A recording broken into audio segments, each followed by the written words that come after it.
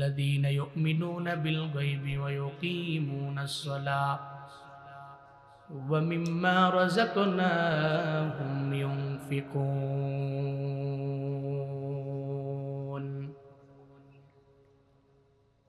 আল্লাহ পাক বলেন কোরআন হলো হিদায়াত, প্রত্যেকটা মুত্তাকি বান্দাদের জন্য হিদায়াত। সব তাকওয়াওয়ালা বান্দার জন্য কোরআনটা হলো পথ দেখানেওয়ালা।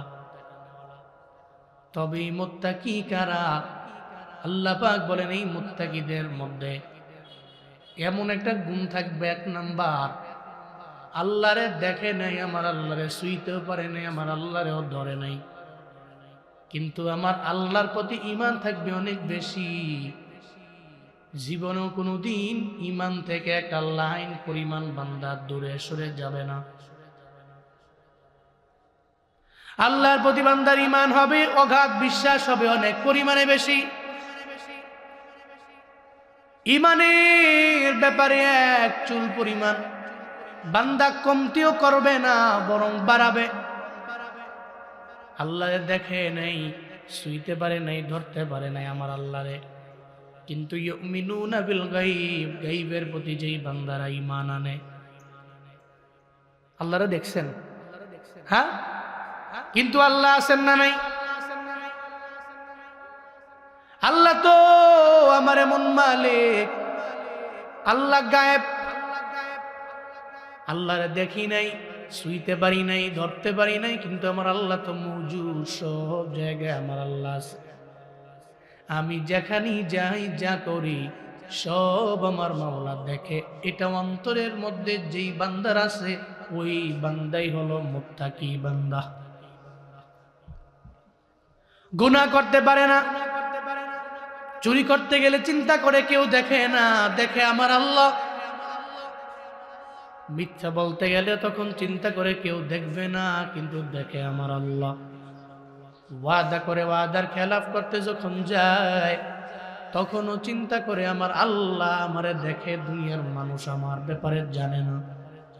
আমানাতের খেয়ানত করতে পারে না, দুনিয়ার কেউ আমারে দেখলে দেখুক, না দেখলে নাই, কিন্তু আল্লাহ তো আমারে দেখেন। এই চিন্তা করে যেই বান্দা আগে যায়, ওই বান্দা হলো মুত্তাকি বান্দা। আল্লাহ কি দেখছো? কয় না। জান্নাত কি দেখছো? কয় না। জাহান্নামের আযাব কি দেখছো? কয় না। তাইলে জান্নাত জাহান্নামের ব্যাপারে আমার আল্লাহর প্রতি এত পরিমাণে ভয় কেন? এই জন্যই তো আমি মুত্তাকি, আমি আল্লাহরে দেখি না, এরপর আল্লাহর প্রতি আমার ঈমান আছে। আল্লাহ পাক বলেন এরা মুত্তাকি, এদের এক নম্বরে গুণ হলো ঈমান। আল্লাহরে না দেখাও আমার আল্লাহরে পরিপূর্ণ মানে, আমার আল্লাহরে বিশ্বাস করে। এই গুণের কারণে এই বান্দার লকব আমার আল্লাহ দিয়া দিলেন, বান্দাটা তাকওয়াওয়ালা। আর কোরআনটা এদের জন্যই তো পথ দেখাইয়া জাহান্নাম থেকে ফিরাইয়া জান্নাতের মধ্যে নিয়ে যায়। চিল্লা পড়া যাবে কি সুবহানাল্লাহ। আল্লাহ বলেন এক নম্বরে ঈমান। ঈমানের ব্যাপারে কোনো ছাড় নাই, আল্লাহর ব্যাপারে কোনো ছাড় নাই। সব ব্যাপারে মুমিন ছাড় দিতে পারে, কিন্তু আল্লাহর ব্যাপারে না। কারণ ঈমান আনছে আল্লাহর উপরে। আমার আল্লাহর উপরে কেউ কথা বললে জীবনেও কোনো মুমিন বান্দা ছাড় দেয় না।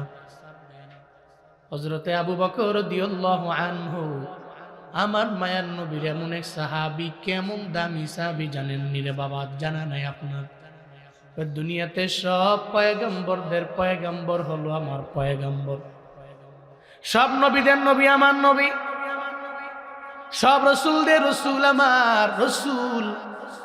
নবীদের নবী, রসুলদের রসুল হলো আমার পয়গম্বর। আর দুনিয়াতে যত মানুষ আছে, সব উম্মতের চাইতে দামি একজন উম্মত হলো হযরতে আবু বকর। সুবহানাল্লাহ পড়বেন না? সব নবীদের নবী আমগো নবী। হযরতে আবু বকর হলো নবীদের বাইরে যত উম্মত আছে, এই সমস্ত উম্মতদের মাঝে সবচেয়ে দামি হযরত আবু বকর রাদিয়াল্লাহু তাআলা আনহু। এমন দামি, কিন্তু ওনার দিলটা ছিল খুব নরম, নরম দিলের মানুষ, গরম না। হযরত ওমর ছিলেন গরম, হযরত আবু বকর ছিলেন নরম। আরহামু উম্মতি বিউম্মতি আবু বকর ওয়া আশাদ্দুহুম ফি আমরিল্লাহি ওমর ওয়া আসদাকুহুম হায়ান উসমান ওয়া আকযাহুম আলী ওয়া ফাতিমাতু সাইয়্যিদাতু নিসাই আহলিল জান্নাহ ওয়াল হাসান ওয়াল হুসাইন সাইয়্যিদা শাবাবি আহলিল জান্নাহ। এই খুতবার মধ্যে এই হাদিস দেখবেন, সানি খুতবার মধ্যে খতিব সাহেবেরা পড়ে, আবু বকরের নাম বলে, বলে হযরতে ওমরের নাম, বলে হযরতে ওসমানের নাম, বলে হযরতে আলীর নাম। তাহলে আমরা যারা মুসল্লি আছি দেখবেন এই মুসল্লিরা এটা মুখে মুখস্থ করে না, কিন্তু কানের মধ্যে মুখস্থ আছে। হুজুর জন কইছে খালি খুতবার মধ্যে ফাজকুরুনি আযকুরুকুম ওয়াশকুরুলি ওয়ালা তাকফুরুন, দাঁড়ায় গেছে। হ্যাঁ, জুমার দিনে সানি খুতবায় হুজুর কইছে ফাজকুরুনি আযকুরুকুম ওয়াশকুরুলি ওয়ালা তাকফুরুন, দাঁড়ায় গেছে। কিও আপনি কি খুতবা মুখস্থ পারেন? কয় না, আমার মুখে না মুখস্থ নাই, কানে তো মুখস্থ আছে। মানে কানে যে ঢুকছে এটা ব্রেইনিয়াস। সানি খুতবাটা পড়লে এটা তো পরিবর্তন নাই, যে আউয়াল খুতবা পরিবর্তন আছে। প্রতি সপ্তাহে হুজুর যে বিষয়ে বয়ান করে ওই বিষয়ের উপরে আরবিতে খুতবা দেয়, কিন্তু সানি খুতবা যেটা এটা কন্টিনিউ সেম। যারা নিয়মিত জুমার নামাজ আদায় করে হুজুরের পেছনে, তো সানি খুতবাটা হুজুর কি পড়ে এটা যদিও উনি মূর্খ মানুষ, উনি তো মুখস্থ করতে পারে না, কিন্তু কানে তো ওনার যায়, ওনার জবান মুখস্থ করে না, ওনার কান কিন্তু ঠিকই জব্দ করে ফেলে আর অন্তরের মধ্যে ঢুকায় ফেলে। এই জন্য বলতে পারে যে হুজুর পড়তেছে সানি খুতবা, ফাজকুরুনি আযকুরুকুম কইলে দাঁড়ায় যাও। ওই খুতবায় হুজুর পড়ে একটা হাদিস, যেটা মদিনার নবী সমস্ত সাহাবায়ে কেরামের গুণের ব্যাপারে বললেন। মদিনার নবী বললেন, আমার আবু বকর কেমন সাহাবী জানো? ওই আমার আবু বকর এমন দামি, দুনিয়ার যত উম্মত সব উম্মতের চাইতে দয়ার, সব উম্মতের চাইতে মায়ার হলো আমার আবু বকর। এমন মায়ার এমন দয়ার দিল উনার। আমার আবু বকর তো দিলের দিক থেকে মায়ার দিক থেকে সবার চাইতে বড় আগাইয়া, কিন্তু ওয়াশাদ্দুহুম ফি আমরিল্লাহি ওমর, হযরতে ওমরের কথা হইল জবান আগে চলবে না, হাত আগে চলবে। উনি বড় গরম, হযরতে আবু বকর হলেন বড় নরম। ওই আবু বকর রাদিয়াল্লাহু তাআলা আনহু একদিন একটা খ্রিস্টানদের পাঠশালার মধ্যে উনি চলে গেলেন দাওয়াত দেওয়ার জন্য। কোরআনটাকে হাতের মধ্যে লইয়া চলে গেলেন দাওয়াত দেওয়ার জন্য। ওই খ্রিস্টানদের বিশাল পাঠশালার মধ্যে আবু বকর রাদিয়াল্লাহু আনহু গিয়া ঢুকলেন, হাতের মধ্যে নিয়ে দাওয়াত, ওই কালেমার দাওয়াত আমার দেওয়াই লাগবে, এই চিন্তা নিয়ে উনি গেলেন। ওই খ্রিস্টানদের পাঠশালার মধ্যে গিয়া ঢুকে পড়লেন। খ্রিস্টানদের পাঠশালার মধ্যে খ্রিস্টানদের একজন আলেম, সে এদের বিভিন্ন লাইনে বোঝায়। ও তো তাওরাতও জানে, জাবুরও জানে, সব কিতাবের ব্যাপারে জানা, কিন্তু আল্লাহর কোরআনের ব্যাপারে ধারণাও নাই। আল্লাহর কোরআন পড়েও না, ধরেও না, এরা আহলে কিতাব। কিন্তু এই সমস্ত লোকেরা আমার নবীরে মানে না, আল্লাহ মানে না, পয়গম্বর মানে না, কোরআনও মানে না। হযরত আবু বকর দাওয়াত দিলেন খ্রিস্টানদের পাঠশালায় যাইয়া। ও খ্রিস্টানের আলেম, তোমার তো তাওরাতের ব্যাপারে জানা আছে, কিন্তু কোরআনের ব্যাপারে তো তোমার জানা নাই। তুমি এখনই যাই না কালেমা পড়ে নাও। তুমি খ্রিস্টানদের আলেম, তুমি কালেমা পড়লে তোমার হাত সঙ্গে সঙ্গে সব লোকেরা কালেমা পড়ে মুসলমান হয়ে যাবে। দাওয়াত দিয়া দিলেন, কিন্তু মানে না। উল্টো হযরতে আবু বকরকে দেখার পর আল্লাহরে তো মানে না, নবী মানে না, কোরআন মানে না, উল্টা আল্লাহকে নিয়ে গালিগালাজ করতে আরম্ভ করে দিল। নাউজুবিল্লাহ কয় না, তোমার আল্লাহ তো বড় গরিব, তোমার আল্লাহ তো বড় অসহায়, তোমার আল্লাহ তো গরিব দুস্থ, কারণ মানুষের দরবার থেকে ঋণ চায়, মানুষের দরবার থেকে টাকা চায়। এই কারণে তো তোমার আল্লাহরে আমি মানি না। যে আল্লাহ গরিব দুস্থ অসহায়, ওই আল্লাহরে জীবনও কোনোদিন আমি মানতে পারি না। হযরতে আবু বকর কয়, তুমি আল্লাহরে মানো নাই, এটাই তো বললে পারতা যে আমি আল্লাহ মানি না, আমি কালেমা পড়তে পারবো না, আমি নিজের জীবনে কোনোদিন মুসলমান বানাইতে আমি পারবো না, এটা বললেই তো পারতা। কিন্তু আমার আল্লাহর ব্যাপারে তুমি কেন গালি দিয়ে দিলা? এখন তো আবু বকরের চিন্তা, উনি নরম মানুষ, কিন্তু নরম মানুষটা অটোমেটিক্যালি গরম হয়ে গেছে। কারণ আল্লাহ নিয়ে কটূক্তি করলে নরম মানুষ আর নরম থাকতে পারে না, আল্লাহকে নিয়ে কটূক্তি করলে দিতে রাজি না।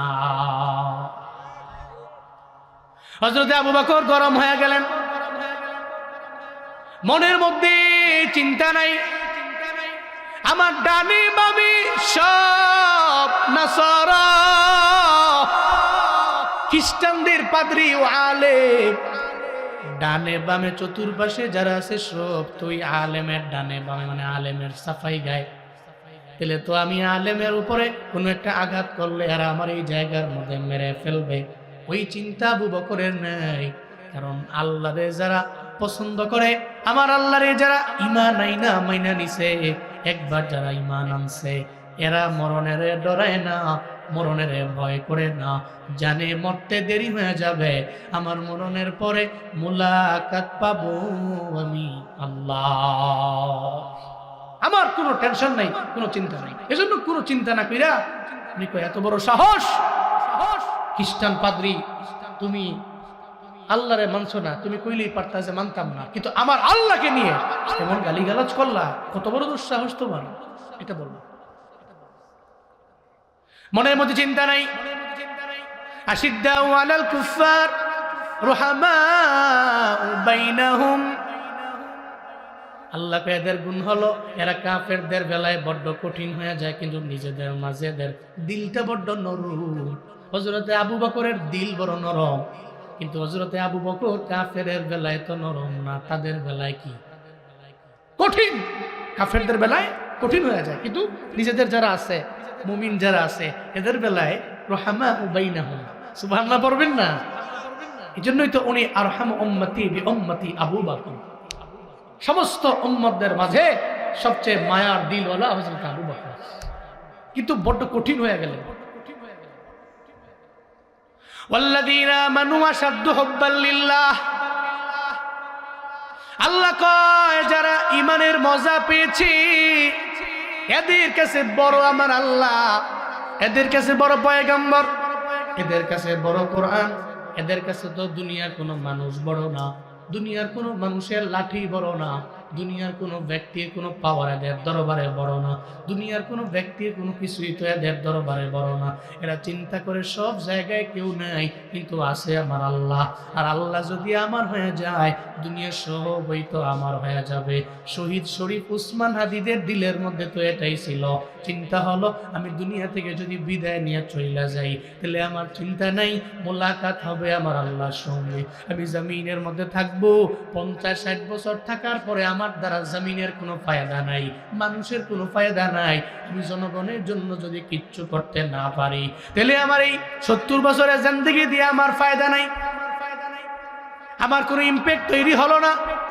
কিন্তু আমি জিন্দেগি পাইলাম 30 বছর, হঠাৎ আমি বুলেটের আঘাতেও যদি দুনিয়া থেকে বিদায় নিয়ে চলে যাই তাহলে আমার ব্যাপারে একটা ইম্প্যাক্ট তৈরি হবে, একটা পর্যায়ে আমার মতো লক্ষ হাদি ঘরের মধ্যে তৈরি হয়ে যাবে। এখন তো হাদিরে মারল, কিন্তু লক্ষ লক্ষ যুবকের দিলে হাদি কেন? সে তো চাইছিল এটা আমারে মাইরা ফেলুক, আমি মইরা গেলে মরবো না, অমর হয়ে থাকবো দুনিয়ার মধ্যে। এই জন্যই তো মানুষ তার জন্য এখনো চোখের পানি ফেলা কান্দে, একজন আলেম কান্দে, একজন জালেমও কান্দে। একটা ছোট্ট বাচ্চা চোখের পানি ফালা কেন কান্না করে? তার ভিডিও দেখে রাতের বেলা একটা জুয়ান পোলায় কেন কান্না করে? যেই জুয়ান পোলায় জীবনেও কোনোদিন চোখ দিয়া পানি বের করে নাই, কিন্তু উসমান হাদির ভিডিও দেখে কেন কান্না করে? এরা মনে করে আমার জীবনের সফলতা এটাই, আমি মরতে দেরি মুলাকাত পাবো আমি কার। কার মুলাকাত পাবে? আল্লাহ। এজন্য চিন্তা নাই। হযরত আবু বকরের চিন্তা নাই, মনে করে সবার আগে আমার মালিক, সবার আগে আমার রাসূল। এই চিন্তা নিয়ে সঙ্গে সঙ্গে খ্রিস্টানের পাদ্রী, খ্রিস্টানদের আলেমদের গালের মধ্যে জোরে একটা থাপ্পড় লাগাইয়া দিল। থাপ্পড় লাগাইয়া দিয়ে আবু বকর চইলা যায়। খ্রিস্টান পাদ্রী কয়, তোমার বিচার আমি নবীর দরবারে গিয়ে দিমু। হযরত আবু বকরের বিচার করার মতো তো কেউ নাই, কারণ সব তো ওনার পেছনে, উনি তো সামনে, ওনার আগে পয়গম্বর, পয়গম্বরের পরেই তো আবু বকর। তাহলে বিচারটা তো ওমরের কাছে দিলে হবে না, সে তো গরম, দেওয়া লাগবে নবীর দরবারে, তাহলে আমি বিচার পাবো। দৌড়ে চলে গেল আমার মদিনার নবীর দরবারে। আর যাও পয়গম্বর, আপনার সাহাবী, আপনার সাথী আবু বকর আমার গালের মধ্যে জোরে একটা থাপ্পড় লাগাইয়া দিছে। নবী অবাক হয়ে গেল, তুমি মনে হয় ভুল বলতেছো, সেটা আমার আবু বকর না, হয়তো আমার ওমর। তুমি মনে হয় বুঝো নেই, তুমি মনে হয় আমার সাহাবীদের তুমি চিনলা না, এটা আবু বকর না, হইতে পারে ওমর। জীবনে কোনোদিন আমার আবু বকর এটা হবে না, কারণ আমার আবু বকর তো আরহামু উম্মতি বি উম্মতি আবু বকর, সব উম্মতের চাইতে দিলওয়ালা আমার আবু বকর। আমার আবু বকরের জবানের আগে হাত চলে না, বরং জবান দিয়েই তো মানুষের বুঝায়। তুমি আবু বকরের ব্যাপারে ভুল মেসেজ দেওয়ার জন্য আমার দরবারে আইলে কেন? মাসে আমার আবু বকর, আমি নিজের চোখে দেখছি। ও মুহাম্মদ, আপনি যতই বলেন আবু বকর আমারে মারে নাই, মূলত ওমর আমারে মারে নাই, আবু বকরই তো আমার গালের মধ্যে থাপ্পড় লাগাইছে। এদিকে হযরতে আবু বকর যখন নবীজি দরবারে আসলেন, মাথা নষ্ট, যার বিরুদ্ধে বিচার দিতে আইছে, এখন যদি হেই সামনে দাঁড়ায় থাকে, হঠাৎ করে খাইছে রে, আবু বকর তাই পড়ছে, মূলত তো অপরাধী সে তো বড় অপরাধ করছে। মনে করছে হযরতে আবু বকরের পেছনে পেছনে গিয়া আমি বইলা হযরতে আবু বকরের ব্যাপারে আমি একটা ভুমভাং কইয়া দিয়া তাকে নবীর পক্ষ দেখে একটা রুশানলে ফালাইয়া দিব, একটা ঝামেলায় তারা ফালাইয়া দিব, নবী রাগান্বিত তার প্রতি হয়ে যাবে, ক্রোধান্বিত হয়ে যাবে, আমিও আমার বিচার পেয়ে যাব। এই চিন্তা নিয়ে নবীর দরবারে গেছে। হযরত আবু বকর এসে দাঁড়ায় গেছে। এবার এই খ্রিস্টানদের আলেম দাঁড়ানো, আবু বকর দাঁড়ানো। তো নবীজি বলে, আবু বকর তুমি বলে আর থাপ্পড় মারছো? নবী তো কয় মনে মনে, আমার তো বিশ্বাস হয় না। হযরত আবু বকর বলে, নবীজি আমি তাকে থাপ্পড় মেরেছি। নবীজি আরো অবাক হলেন, হযরত আবু বকর তো আরহাম উম্মতি বি উম্মতি আবু বকর, কিন্তু সে চর মারলো, আবার বলতে যে হ্যাঁ আমি মারছি, আমার তো মনে হয় হযরত ওমর মেরেছে। আবু বকরই মেরেছে? তুমি মেরেছো? হ্যাঁ আমি মেরেছি। হ্যাঁ কথা কইও না, হ্যালো সোনামণিরা, কথা কইও না, মোবাইলটা টিপ দিয়ে বন্ধ করে হলো, টিপ দিয়ে বন্ধ করে হলো এটা। হ্যাঁ ঠিক আছে, মাশাআল্লাহ। নবীজি অবাক হলেন। হযরত আবু বকর বলেন, নবী আমি মারছি। কেন মারছি? কয় খালি দোষ তো আমার না, ওরে জিজ্ঞান্ত ওর কোনো দোষ আছে কিনা, আমি তারে কেন মারলাম? এবার তো খ্রিস্টান আলে মনে মনে কয় খাইছি রে, আস্তে আস্তে ধরা পড়ে যাবো, দেখা যায়। নবীজি বলে, খ্রিস্টান আলেম তুমি কি বলছো? আমার আবু বকর তো মারার পাবলিক না, জীবনেও কোনোদিন কাউরে মারে নেই, কেন তুমি কি বলছো আগে আমারে বলো, তাহলে বুঝতে পারবো কেন মারলো। হযরত আবু বকর বলে, আপনি জিজ্ঞেস করেন, সেই বলবে।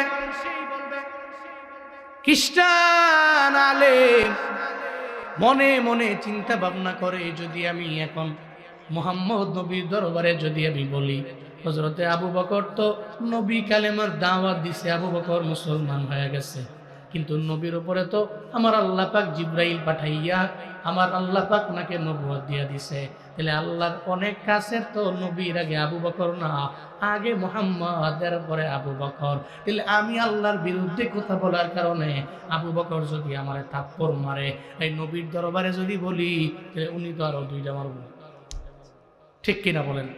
যদি ওনার দরবারে কথা বলি, তাহলে আবু বকরের চাইতে তো আমার নবী আরো আগে, আল্লাহর দিক থেকে আগে নবী, এরপরে আবু বকর, কারণ নবীর উপরে আল্লাহ পাক সরাসরি সব নাজিল করে, নবী আইসা বুঝায়, এরা বুঝা নবীর হাতে কালেমা পড়ে এরা মুসলমান হয়েছে, তাহলে উনি তো আগায়া, যদি ওনার সামনে কই আমি এই ইতান করছি আর এটা বলছি, তাহলে তো হ্যাঁ খালি থাপ্পড় মারছে।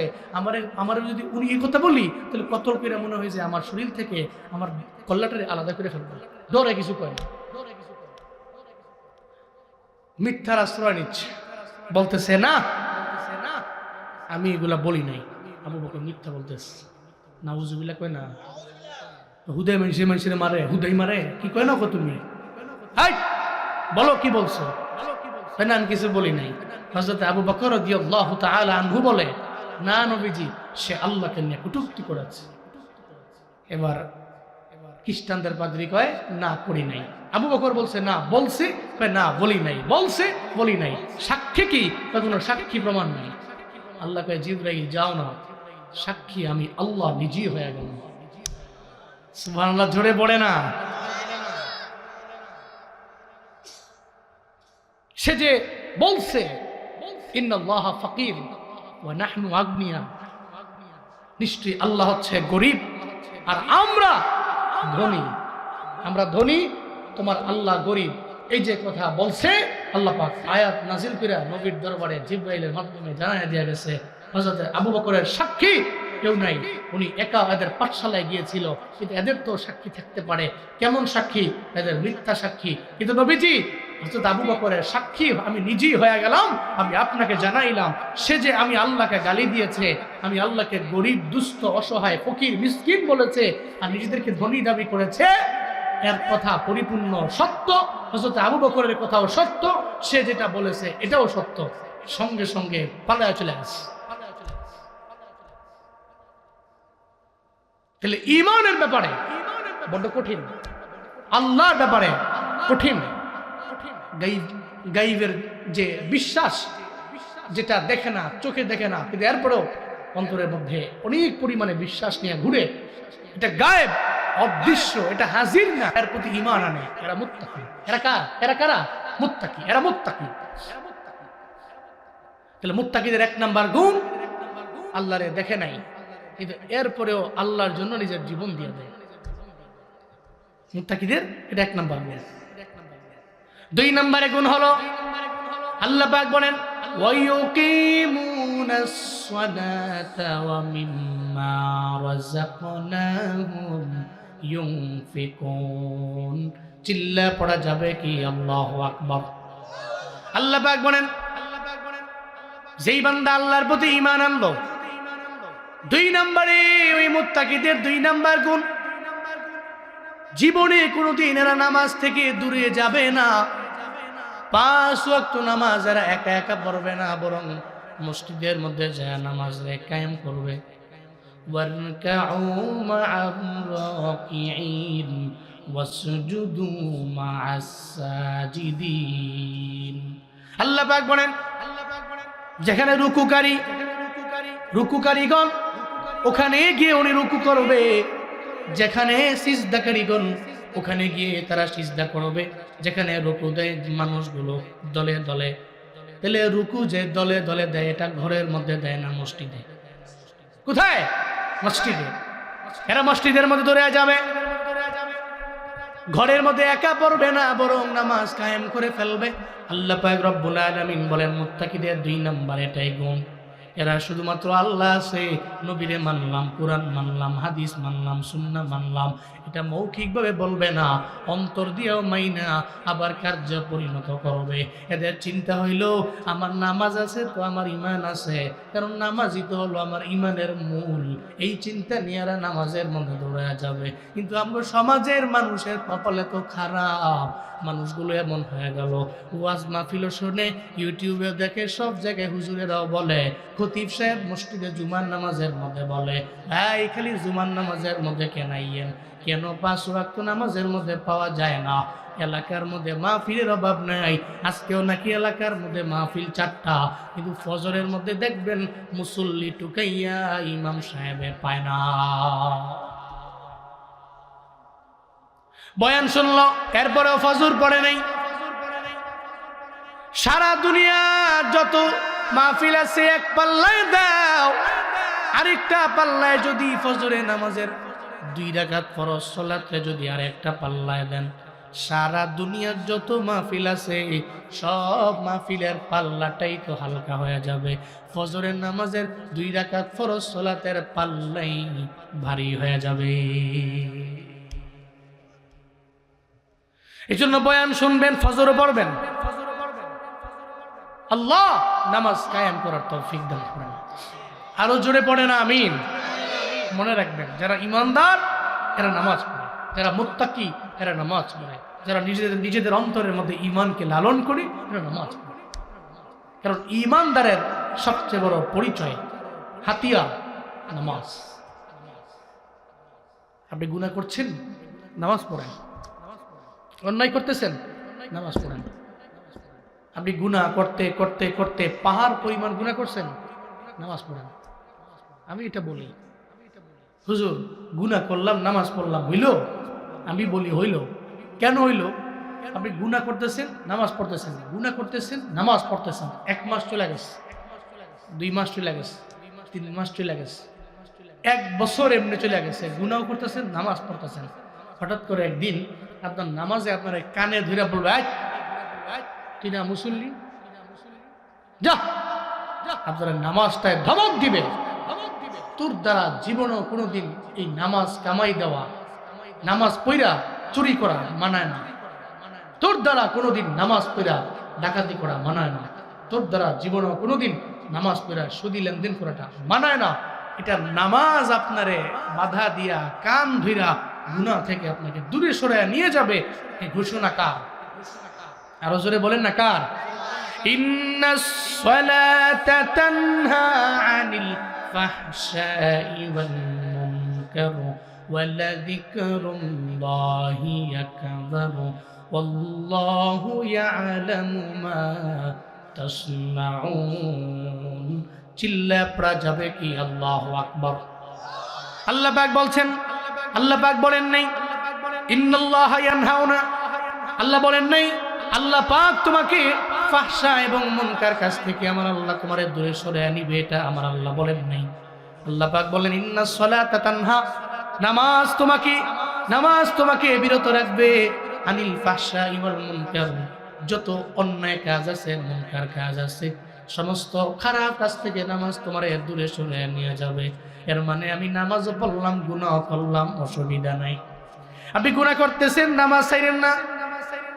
আল্লাহর কসম,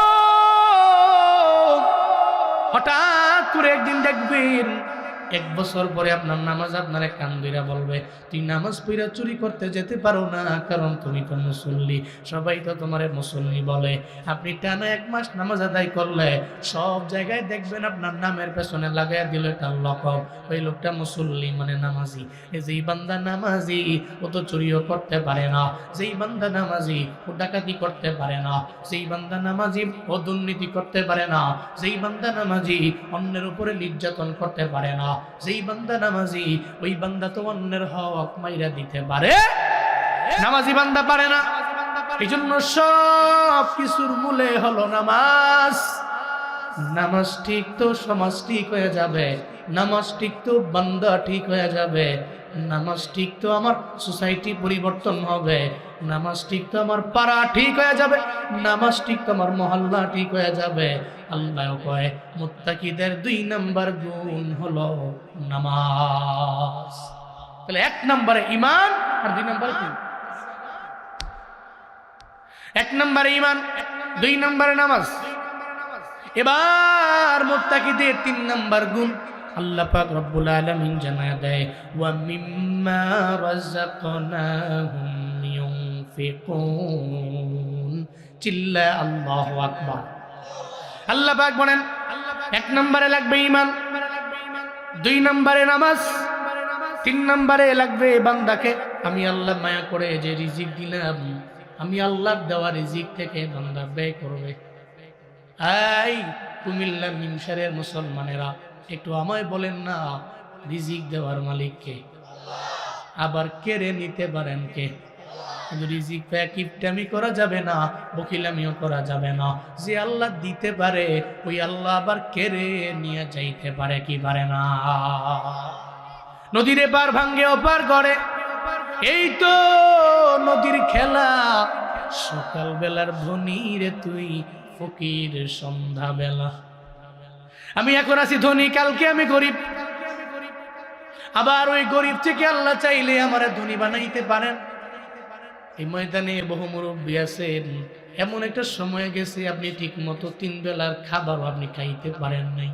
আমার এলাকার মধ্যে এখনো আছে এমন মুরব্বী, বাড়ির মধ্যে 3 তলা বিল্ডিং আছে, ছেলেরা বিদেশে গেছে, এখন সময়টারে আমার আল্লাহ ফিরে দিয়েছে।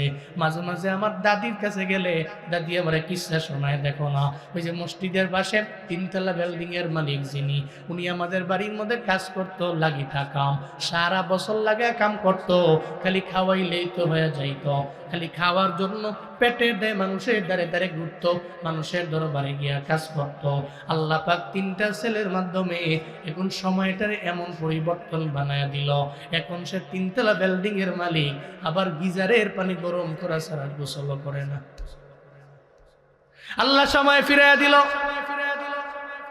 আল্লাহ কয় তুই ছিলি গরিব, ধনী বানাইলাম আমি রব, আমি আল্লাহ। রিজিক দেওয়ার ক্ষমতা দুনিয়ার কোনো বান্দার দরবারে দেন নাই আমার আল্লাহ।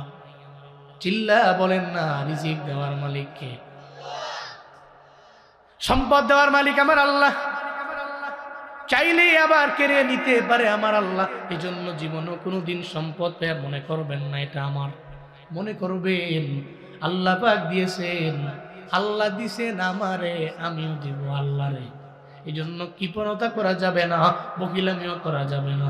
একটা ভিখারি যদি দরওয়াজার সামনে এসে দাঁড়াইয়া চোখের পানি ফেলায় কান্না করে আবদার জানায়, আপনি গাড়ি দিয়ে রওনা হয়ে গেলেন, ঢাকায় যাবেন, দেখবেন টুল প্লাজার মধ্যে গেলে ভিখারির কোনো অভাব নাই, আপনি ধমক দিবেন না, বরং আপনি গ্লাস নামে বলে দিবেন আল্লাহকে ওয়াস্তে মাফ করেন। আর যদি দিতে পারেন তাহলে পকেট থেকে 10-20 টাকা বের করে দিয়ে দিবেন, বলবেন আমার জন্য দোয়া করে দিও। এটাই আপনার জীবনে থাকবে। ওই ভিখারি যদি ফেক না হইয়া রিয়েল একটা ভিখারি হয়, আর যদি রবের দরবারে মুনাজাত ধরে, আল্লাহর দরবারে যদি বলে আল্লাহ এই মানুষটা বিপদের মধ্যে পড়ার পরে আমার সাহায্য করবো, আমি আমার ছেলের জন্য একটা মজাই টাকা দিয়া কিনে আমি বাড়ির মধ্যে নিয়ে যাইতে পারবো, একটা ছেলের মুখের মধ্যে হাসি ফোটানোর জন্য এই যে পিতা মাতায় নিজের ভিখারি বানাইয়া মানুষের দ্বারে দ্বারে দ্বারে দ্বারে ঘুরলো, আপনিও ফিরে দিলেন না, আপনি দিয়ে দিলেন, হতে পারে আপনার না জাতের ওসিলা হয়ে যাবে। এটা হবে না জাতের ওসিলা। আর কোন সময়ের কোন দান আল্লাহ পাক কবুল করবেন জানা নাই, কোন টাইমে আমার আমল কবুল হয়ে যাবে জানা নাই। এই জন্যই তো আল্লাহ পাক জানায় দিল, ও আম্মা সাইলা ফালা তানহার, জীবনে কোনোদিন কোনো সাইলরে ধমক দেওয়া যাবে না, যে ভিখারি এর ধমক দেওয়া যাবে না, ভিখারিকে ধমক দেওয়ার ব্যাপারে নিষেধ করেছেন আমার আল্লাহ। এই জন্য কোনো ভিখারি চাইলে আপনি চিন্তা করবেন, আল্লাহ তো চাইলে এই ভিখারির মতো আমারও বানাইতে পারতো আমার আল্লাহ। আমিও তো একটা থালা হাতের মধ্যে লইয়া মানুষের দ্বারে দ্বারে দ্বারে দ্বারে ঘুরতাম, আল্লাহ চাইলে তো এমন একটা সিচুয়েশনের মধ্যে আমারে নিয়ে যাইতে পারতো। আমার যেই মাওলা আমারে ভিখারি বানায় নাই, আমার যে আল্লাহ আমাকে সম্পদ দিয়ে ধনী বানাইছেন, আগে আমি চলতে পারতাম না, খাইতে পারতাম না, এখন আমার আল্লাহ আমার কয়েকটা বাড়ির গাড়ির মালিক বানাইলো। এই চিন্তা করে ওই বান্দা এটা মনে করে যাবে না সম্পদ আমি পাইলাম, এই সম্পদটা আমার, বরং এই চিন্তা অন্তরের মধ্যে নেও, আল্লাহ পাক সম্পদ দিলেন আবার কেড়ে নিয়ে যাইতে পারে আমার আল্লাহ। এই চিন্তা যেই বান্দার অন্তরের মধ্যে আছে, আল্লাহর ঘোষণা ওই বান্দা মুত্তাকি, এটাই মুত্তাকিদের গুণ। চিল্লা পড়া যাবে কি সুবহানাল্লাহ। তাহলে 1 নম্বরে গুণ হলো ঈমান, কি অদৃশ্যের প্রতি ঈমান। 2 নাম্বার ঈমানের পরে নামাজ, ঘরে না মসজিদে গিয়া নামাজ কায়েম করা। 3 নম্বরে আল্লাহর দেওয়া রিজিক থেকে ব্যয় করা। কার দেওয়া? ওমিম্মা রাযাকনাহুম ইউনফিকুন। আল্লাহ পাক নিজেই বলছেন, আই তুই তো রিজিকের মালিক না, সম্পদের মালিক তুই না, আমি। ওমিম্মা রাযাকনাহুম, যা আমি তাদেরই দিয়েছি, রাযাকনাহুম আমি তাদেরকে দিয়েছি, ইউনফিকুন তারা আমার দেওয়া রিজিক থেকে, আমার দেওয়া মাল থেকে, আমার দেওয়া সম্পদ থেকে আল্লাহকে ওয়াস্তে ব্যয় করে। আল্লাহ এটা বলেন নাই তোর রিজিক, বলেন নাই। তোর সম্পদ আল্লাহ বলেন নাই, আল্লাহ বলছে আমার দেওয়া রিজিক থেকে তারা ব্যয় করে। এই জন্যই তো আমরা বলি সম্পদ আল্লাহ দিছে, আল্লাহ দিছে আমারে আমি দিব আল্লাহরে, আল্লাহ দিছে আপনারে আপনি দিবেন আল্লাহরে। কে দিছেন? আল্লাহ দিছেন। তো যে আল্লাহ দিছেন আল্লাহর দেওয়া সম্পদ থেকে ব্যয় করবেন। কোনো ভিখারি সামনে দাঁড়াইলে ধমক দিলেন নাই, ভাই আল্লাহকে হস্তে মাফ করে সুন্দর একটা ব্যবহার দিয়ে আপনি তাকে পাঠায়া দিলেন। খুদার কসম তার অন্তরের মধ্যে কোনো ব্যথা নেই, আপনি দিছেন না দিছেন এ বিষয়ে তার কোনো চিন্তাও নাই, সে চলে গেছে। আপনি না দিলে আল্লাহ তো দেওয়ার মতো মালিক। এই ভিখারি দাঁড়ে দাঁড়ে ঘুরবে, মানুষের কাছে যাবে, আল্লাহ তারা খাওয়াইবি। আপনি দিলেই কি আর না দিলেই কি। তবে আপনি যে বলছেন আল্লাহকে হস্তে মাফ করেন, ভিখারি অন্তরের মধ্যে শান্তি চলে আইছে, বলছে যে লোকটা আমার দিতে পারে নাই, তবে এতটুকু বলছে যে আমাকে মাফ করে। আর থাকলে পকেটে 10, 5 টাকা 20 টাকা পর্যন্ত দিয়ে দিবেন, ভিখারি দিলে দিবেন। আমার মা বোনরা যারা আছেন, মাঝে মাঝে ভিখারিরা আসে, ঘরের মধ্যে আসে, দরজার সামনে আইসা ডাক দেয়, আসেন নি গো বাড়িতে, এটা বইলা ঢুকে। মা বোনরা দেখবেন আবার অন্য দিক দিয়ে চলে গেছে 20 লাখ 15 লাখ 10 লাখ, খবর নাই। এদিক দিয়া হগিন নিবিড়ির ভিক্ষা দিব এই চিন্তা করতে করতে বিড়ি মরে গেছে। বহুত মা বোন আছে ভিখারির আইলে দরজা লাগাই দিয়া শুয়ে থাকে, মাইচা আইয়া ডাকসারে ঢুকসারে যাবো গা, এরকম কথা বইলা দরজা লাগাই দিয়ে শুয়ে থাকে। না, আমার মা বোন এটা করা যাবে না। কোনো ভিখারি আপনার দুয়ারে আসলে আপনি আরো মানুষকে ইন্সপায়ার করবেন, উদ্বুদ্ধ করবেন, আপনি নিজেও দিবেন, বলবেন আপনার ননদদেরকে সবাই বলে দিবেন, এই যে চাউল লাগছি না, এই চাউল থেকে এক পট চাউল ধরে দিয়ে দাও, আল্লাহকে আসছে তো দিয়ে দাও। আমার মা বোন এটা করতে হবে। কিন্তু মা বোনদের ভিতরে এই বিষয়টা খুব কাজ করে, তারা অন্য দিক দিয়ে চলে গেছে 50,000 টাকা, এটা খবর নাই, আরেক দিক দিয়ে 500 টাকার দিকে অলরেডি মারামারি করে নিস। এটা করা যাবে না, এই চিন্তা অন্তরের মধ্যে রাখা যাবে না। কোনো ভিখারি আসলে ফিরে দিবেন না, দিবেন, কারণ এই সম্পদ তো আল্লাহ আপনাকে দিয়েছেন। আল্লাহ চাইলে তো মা, আল্লাহ চাইলে তো বোন, আপনাকেও ওই ভিখারি ফকিন্নি বেডির মতো আপনারেও একটা সেরা জামা পরায়া, একটা সেরা শাড়ি পরায়া মানুষের দাঁড়ে দাঁড়ে বিভিন্ন ঘরের দরজায় দরজায় আল্লাহ চাইলে তো ঘুরাইতে পারতেন। কিন্তু আল্লাহ তো বড্ড মায়া করছেন। আপনার স্বামী ধনী, আপনার ছেলে ধনী, আপনার মেয়ের জামাই ধনী, আপনি সম্পদশালী বৃত্তশালী একটা পরিবারের মধ্যে লাইফ লিড করছেন। আল্লাহ তো চাইলে আপনারা গরিব বানাইতে পারতেন, আল্লাহ তো আপনাকে ধনী বানাইছেন। একটা বৃত্তশালী পরিবারের মধ্যে আপনাকে জীবনযাপন করার মতো সুযোগ তো আল্লাহ করে দিয়েছেন। আল্লাহর দেওয়া রিজিক থেকে আপনি ব্যয় করেন। মাদ্রাসায়, মসজিদে ভালো কোনো মানুষ পাইলে তুলাবে ইলমের দ্বীনদের জন্য, কোনো এতিমের জন্য, কোনো মিসকিনের জন্য, কোনো বিশ্ব ব্যক্তির জন্য, কোনো অসহায়ের একটা বাড়ি করে দেন। আল্লাহর দেওয়া রিজিক থেকে দিবেন, আপনার তো না, আল্লাহর। আল্লাহ আমাদের সবাইকে বুঝার, মানার, আমল করার তৌফিক দান করেন। সকলেই পড়েন আমিন, আরো জোরে পড়েন আমিন। আল্লাহ দেওয়া রিজিক থেকে একটু আজকে মাহফিলের জন্য হুজুরে অনেক কষ্ট করছে, না কষ্ট করছে এবং খরচ হয়েছে অনেক। পরিহলপাড়া হামিদিয়া তাহফিজুল কোরআন মাদ্রাসা এতিমখানা, এতিমখানা দ্যাট মিনস এখানে এমন এতিম আছে যার আব্বা নাই, এতিমদের এখানে পড়ানো হয়। একটা রুমাল নিয়ে জানতে হুজুর সবাই একটু হাত তোলায়, একটু অন্তত পক্ষে আমার পক্ষ থেকে এই যে আমি যে বললাম, আমরা নগদ আমল করে ফেলি, আমরা মুত্তাকি হইবার চাই আর আল্লাহর দেওয়া রিজিক হতে আমরা ব্যয় করতে চাই। এই চিন্তা করে একজনে একটু রুমাল নিয়ে যাবে, একজন ব্যক্তিও খালি ফিরবেন না। পকেটে যা আছে অন্তত পক্ষে সর্বনিম্ন 50 টাকা, 100 টাকা, 200 টাকা, 500 টাকা আল্লাহকে হস্তে মাদ্রাসায়। আপনি চিন্তা করবেন রিজিকটা আমার না, আল্লাহর দেওয়া রিজিক। কার দেওয়া রিজিক? আল্লাহর দেওয়া রিজিক থেকে আমি ব্যয় করব আর নিজেকে মুত্তাকি বানাবো। 1 নম্বরে ইমানদার হব, 2 নম্বরে 5 ওয়াক্ত নামাজি হব, 3 নম্বরে আল্লাহর দেওয়া রিজিক থেকে ব্যয় করব আর ব্যয় কইরা নিজের মুত্তাকি বানাবো। এই চিন্তা কইরা একজন ব্যক্তিও খালি ফিরবেন না। রুমালটা যাচ্ছে, রুমালে দিয়ে দিবেন। আমি আপনাদের কাছে করজোর রিকোয়েস্ট করব, একজন ব্যক্তিও খালি ফিরবেন না। বাপ কোন সময়ের দান, কোন স্থানের দান, কোন 50 টাকা আল্লাহ পাক কবুল করেন এটা আসলে বলা যাবে না। এই জন্য আল্লাহর দেওয়া রিজিক থেকে দেন, আল্লাহ কবুল মঞ্জুর করেন। সকলেই পড়ে না আমিন। তাই আসসালামু আলাইকুম ওয়া রাহমাতুল্লাহি ওয়া বারাকাতুহু। الحمد لله الحمد لله وكفى وسلام على عباده الذين اصطفى وبعد فأعوذ بالله من الشيطان الرجيم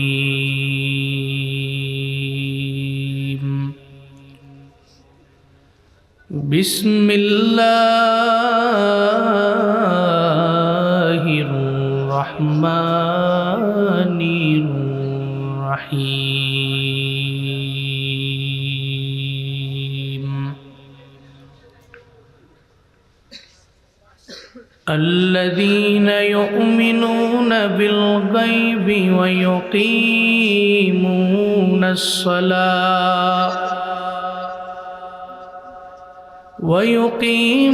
الصلاة ومما رزقناهم ينفقون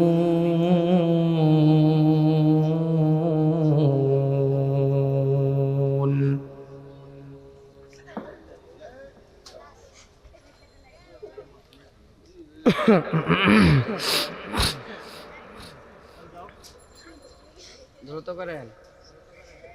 الكريم ونحن على ذلك لمن الشاهدين والشاكرين والذاكرين والحمد لله رب العالمين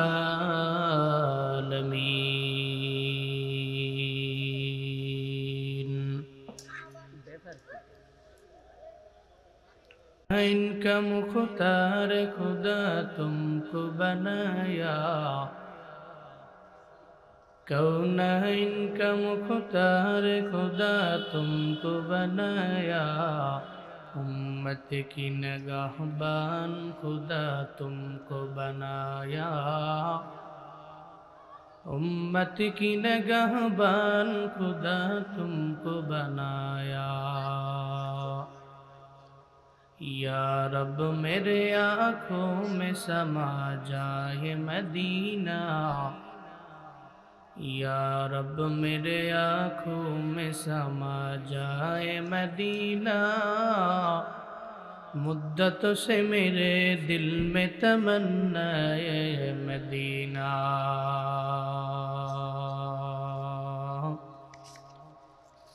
मुद्दतों से मेरे दिल में तमन्ना मदीना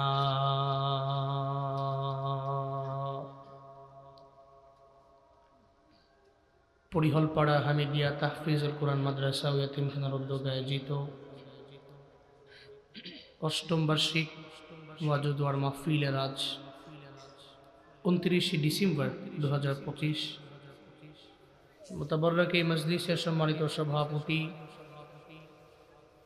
পরিহলপাড়ার বিশিষ্ট শিল্পপতি জনাব আলহাজ নেসারুল আলম সাহিব,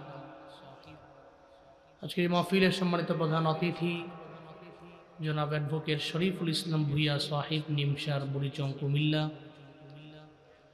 আজকের মাহফিলের সম্মানিত প্রধান বক্তা বিশিষ্ট ইসলামী চিন্তাবিদ মুফাসসির কোরআন ঐতিহ্যবাহী কাসিমুল উলুম মাদ্রাসা কুমিল্লা এর সম্মানিত মুহাদ্দিস হযরত মাওলানা মুফতি আবুল হাসান রাজাপুরী সাহিব দামাত বরকাতুহুম। আজকের এই মাহফিলে আমার আগেই বাদাল মাগরিব আপনাদের সামনে কোরআন এবং হাদিস থেকে দিক নির্দেশনামূলক বাণী আপনাদের শুনিয়েছেন বিশিষ্ট ইসলামী চিন্তাবিদ, আমার অনেক কাছের একজন ব্যক্তি হযরত মাওলানা ইসমাইল হুসাইন আনওয়ারি হাফিজাহুল্লাহ তাআলা ওয়া রাআহ। আজকের মাহফিলে কথা বলেছেন হযরত মাওলানা আবু হানিফ হুসাইনি সাহিব দামাত বরকাতুহুম। আজকের মাহফিলের সৌজন্যে হাজী মোহাম্মদ শাহ আলম সাহেব সহ এই মাদ্রাসার কমিটি, মাদ্রাসার আসাতিজায়ে কেরাম এবং এই মাদ্রাসার মুহতামিম সাহেব সহ অক্লান্ত পরিশ্রম করেছেন এই মাহফিলের জন্য। শুরুতেই আমাকে একটু উচ্চ কণ্ঠে উচ্চ আওয়াজে জবাব দিবেন আপনারা। এই যে সুন্দর মুজমা, সুন্দর মাহফিল, এটা পেয়ে আপনারা খুশি না বেজার? দ্বীনি আলোচনা, দ্বীনি মুজমা, এটা পেলে মুমিন খুশি হয়। এবং মুমিনের জীবনে সবচেয়ে বেশি ভালো লাগার ব্যাপার নেকের কাজ। কোনো একটা নেকের কাজে শরীক হতে পারলেই মুমিনের জীবনে বড্ড ভালো লাগে। কিন্তু এই মাহফিল সাজায়া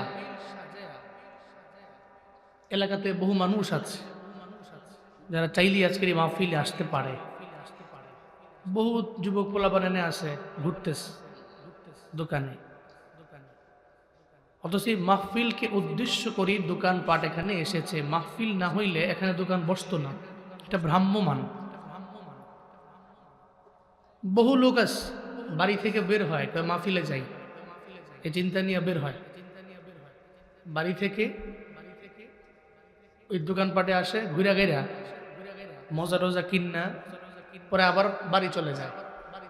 কিন্তু যে মাহফিলকে ঘিরে এই দোকান আসলো, একটা বার এই মাহফিল এসে উকি দিয়েও তাকায় নাই এই ময়দানে কে বয়ান করে, কি বয়ান করে, কি বিষয়ে বয়ান করে, একটা বারের জন্য আসে না। আসে না? নেই, আছে। বহু লোক আছে, সিন্নি খাইলা কার দ্বারা মোল্লাই চিল্লা না। মাহফিলকে অসিলা করে দোকান আসলো, তুমি মাহফিলকেই প্রায়োরিটি না দিয়ে দোকানকে প্রায়োরিটি দিলা। বিষয়টা তো এমনই হলো, সিন্নি খাইলা কার দ্বারা তারই চিল্লা না। আবার চারদিকে মাহফিল, ওই যে মাহফিলের সাউন্ডও পাওয়া যাচ্ছে। আমিও আসার সময় দ্বিধায় পড়ে গেছিলাম, মাহফিল কি এটা না কোন দিকে, চারদিকে খালি সাউন্ডই শোনা যায়। পরে সেই কাবিলায় চলে গেছি, পরে ইউটার্ন দিয়ে আবার আসছি, আইসা দেখি যে হাতের বামে গেট দেখা যায়, মানে আমার নাম দেখে পরে ঢুকছি আমি, না তাহলে এটা আমার মাহফিল হই। তা আল্লাহ চাইলে আমরা কিছু কথা বলবো এন্ড শুনবো, আল্লাহ তৌফিক দান করেন, সকলেই পড়ে না আমিন। আমি খুতবায় সূরাতুল বাকারার একটি আয়াতে কারিমা তিলাওয়াত করেছি। আল্লাহ পাক যে আয়াতে মুত্তাকি বান্দাদের গুণ বলেছেন, এরা মুত্তাকি, এরা কারা, এদের গুণ বলেছেন। একজন ব্যক্তির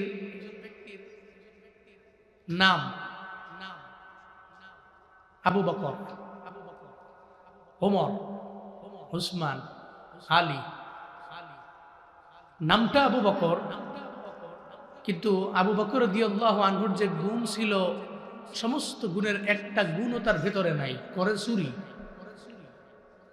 এর মানে তার নাম আবু বকর হইলেই শুধুমাত্র নামের কারণেই যে এই ব্যক্তি জান্নাতি, বিষয়টা এমন না।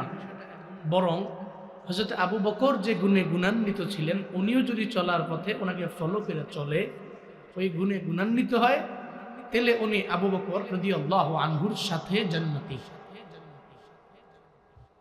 একজন ব্যক্তির নাম আব্দুল্লাহ, আব্দুর রহমান, নাম বড্ড সুন্দর, ওনার নামই সুন্দর কিন্তু কামে সুন্দর না, হইল হবে না। নাম তো সবারই সুন্দর, কিন্তু আল্লাহ তো বান্দার নাম দেখে না। আল্লাহ বান্দার যশ, খ্যাতি, শুহরত, প্রসিদ্ধি এটা দেখে না। আল্লাহ দেখে বান্দার দিল, বান্দার অন্তর, বান্দার গুণ, বান্দার তাকওয়া, এটা আল্লাহ দেখেন। যে গুণের উপরে ডিপেন্ড করেই আল্লাহ পাক যাচাই করেন কে জান্নাতে যাওয়ার ব্যাপারে অগ্রগামী। সেই গুণগুলো দেখেই আল্লাহ পাক বান্দার ব্যাপারে আল্লাহ নির্বাচন করেন, বান্দার ব্যাপারে আল্লাহ পাক সিদ্ধান্ত নেন বান্দার ব্যাপারে যে কে গুণের বান্দা আর কে নামের বান্দা। তো মুত্তাকি কারা? একজনে বলল যে আমি মুত্তাকি না, এ তো বলল, কিন্তু কিছু গুণ লাগে। আল্লাহ পাক সূরাতুল বাকারার আমাদের খুতবায়ে পঠিত আয়াতে সে মুত্তাকিদের গুণ বলেছেন। কি গুণ তাদের?